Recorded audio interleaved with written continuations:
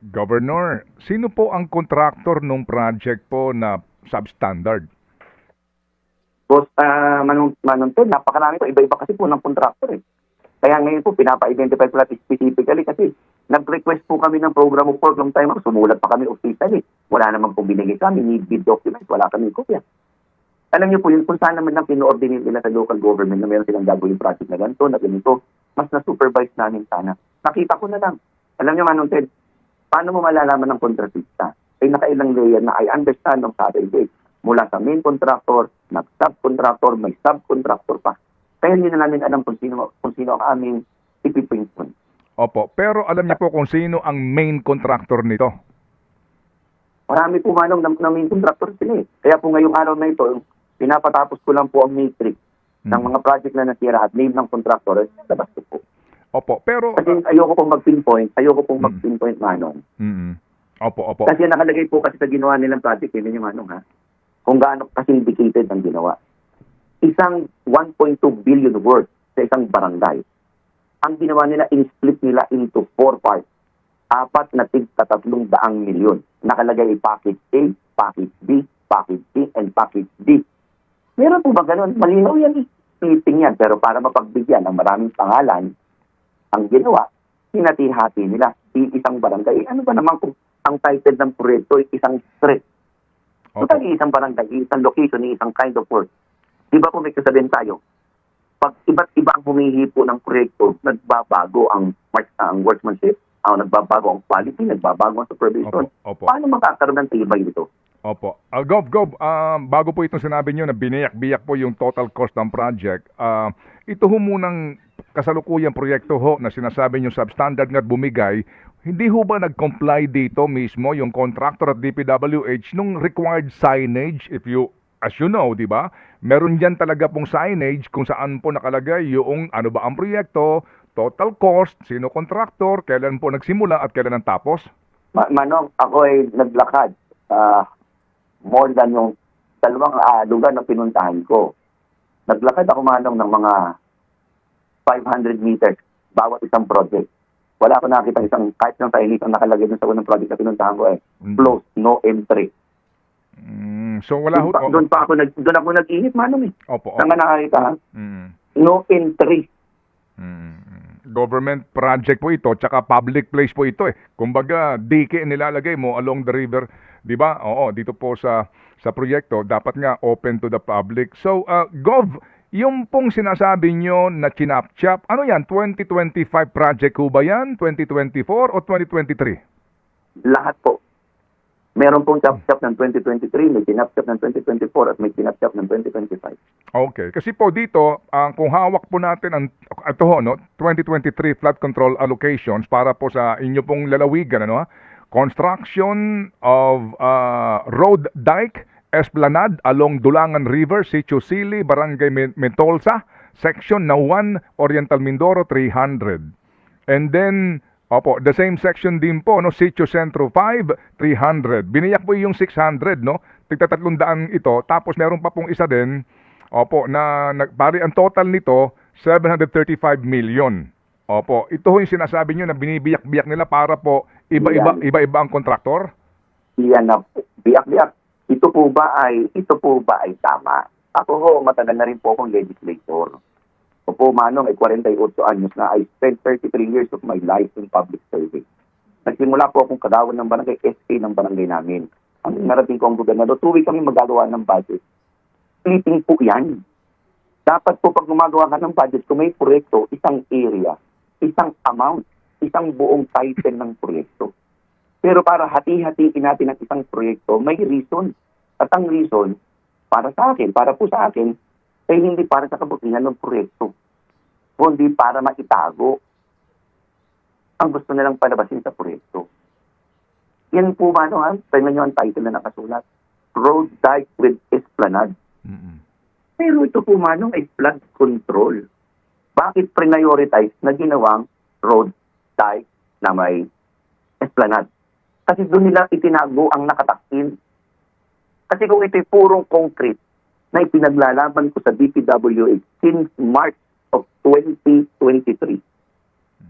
March 2023 una ko pong sinabi ito sa kanila nung nabalitaan ko yan. Kasi for more than 1 month, pinasuspend ko po yan. Sabi ko, pag itinuloy nyo ang paggawa niyan, magkakagulo tayo. They stopped working for 1 month hanggat hindi ko po nakikita ang disenyo. Hindi po ako pumayag dyan. Meeting namin March 6 sa munisipyo ng Nawan ginawa. And yet, nung nagpaliwanag ang direktor ng DPWH sa akin, mga NATO go, gagawin namin continuous road. So my understanding, pag sinabing continuous road, lahat ng project dire-diretso. Tapos only to find out nung interview niya na ito hinati-hati nila, tapos kaya daw nasira dahil may mga seksyon na putol. Yun ang nangyari. Manong alam niyo po ba yung baha na nangyari sa Barangay Mulawin? Itong Barangay Tagumpay, itong nakaraang July.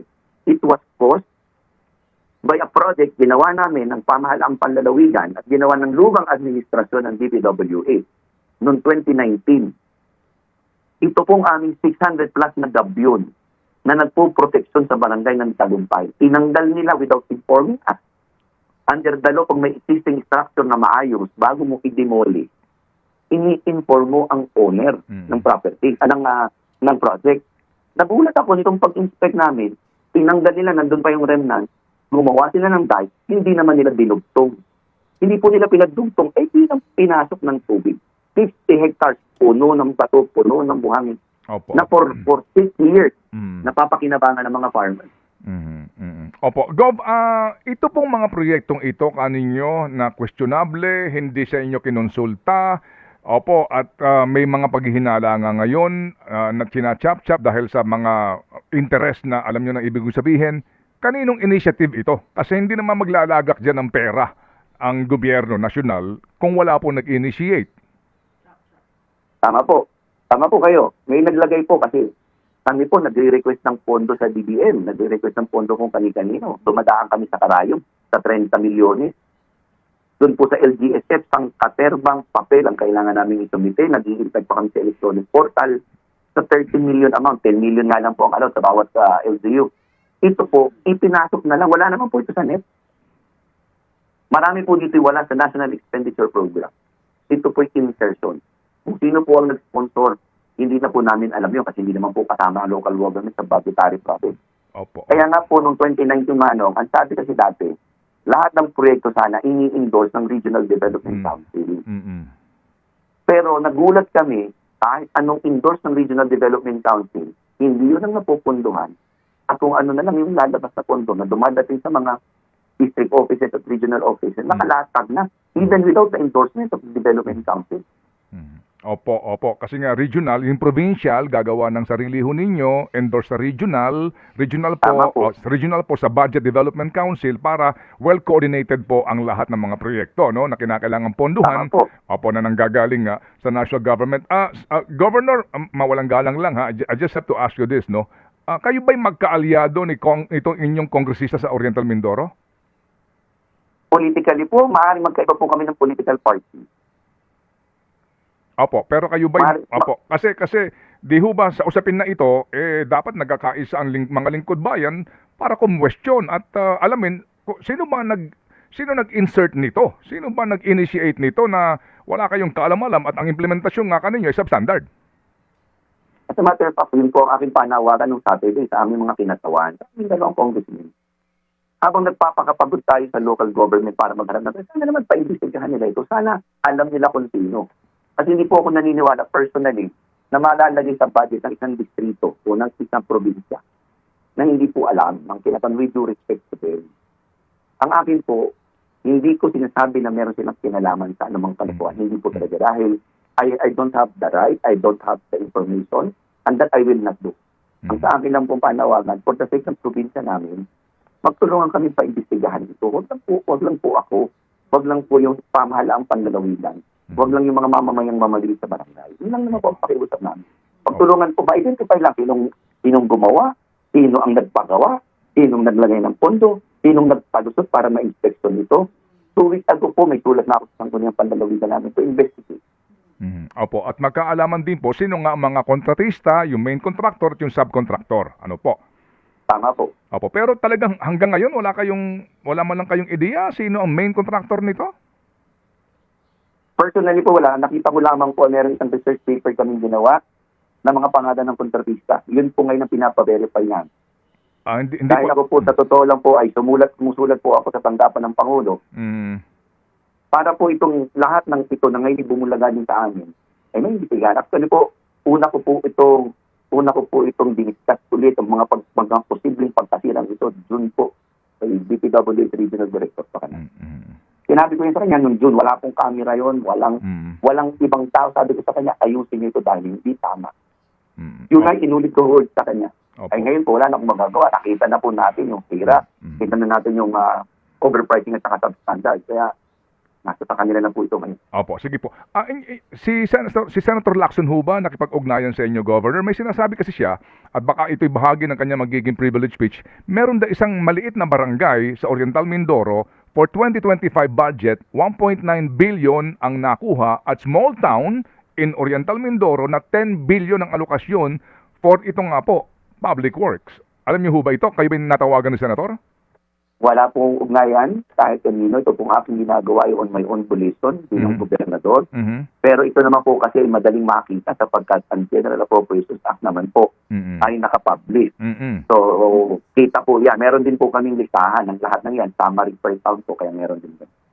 Okay, so kayo po bilang gobernador, sinisilip niyo yung provision ng GAA para humalaman ninyo kung ano ba ang mga proyekto, line item sa inyo pong lalawigang gobernador. Opo naman. At taon-taon naman po ginagawa namin. Ito po na nga po. Ako'y nagpapasalamat dahil ang laking pondo po yan. Ang aking lang po kinalulungkot, sanang yung laking pondo na yon, kung inilagay sa tama o ginawa ng tama, makakasolve talaga ng problema ng baha. Imagine mo, Manong, 39 billion ang total niyan buong province. Sa usual na ginagawa na tamang BK sa puro konkreto lang, more than half ang magiging cost lang yan. Less than half ang magiging cost per kilometer. Ibig sana po yung 39 billion, kung less than half ng cost na ginagawa nila, sana na doble. Ang problema po, sa interview kagabi ni Director Pakanan, in-emphasize pa niya na 7 kilometers lang ang nagawa. With that multi-billion project, 7 kilometers na nagawa, lalo kung nakakalungkot. Opo. Sige po. So kayo po sumulat na kay Presidente para imbestigahan po itong inyong lalawigan, Governor? Ngayon po, tinatapos na po namin ang lahat ng dokumento para may padala sa Malacanang. Okay, sige po. At muli kami makikibalita, Gov, kung meron na ho kayong mga pangalan kasi hindi ho naman siguro, di ba, hindi naman po, alam niyo yon, karapatan ng mga mamamayan, lalo na ng inyong constituents na malaman, sino ba main contractor dito at sino-sino naghatian doon sa mga subcontracts. Makakaasa po kayo, no? Once ma-verify na namin ito, bibigyan po namin kayo ng pagkakataong may ere ito. Opo. At kayo ba kasi kung sa Bulacan, nag-utos na yung COA chairman na magkaroon ng fraud audit, sa inyo bang palagay dito po sa inyong lalawigan? Wala pa pong order, pero meron na po kami yung ginagawang aksa para po magkaroon sila ng order na katulad nito. Sa matter of fact po, mamayang hapon, nag-request isang bukal namin ng special audit. At ako rin po, personally, no Saturday na nawagan po ako for special audit. Opo. O sige, alam nyo, napakainam po nito, Governor, na kayo po yung mga kaugnayan namin para mapakinggan natin mismo ang damdamin ng isang halal na lokal na opisyal na nagbabantay po sa ganitong mga proyekto na pinuponduhan po ng pera ng bayan. Salamat po, Governor, at good luck po sa inyo. Maraming salamat po. Magandang umaga po sa ating lahat. Thank you.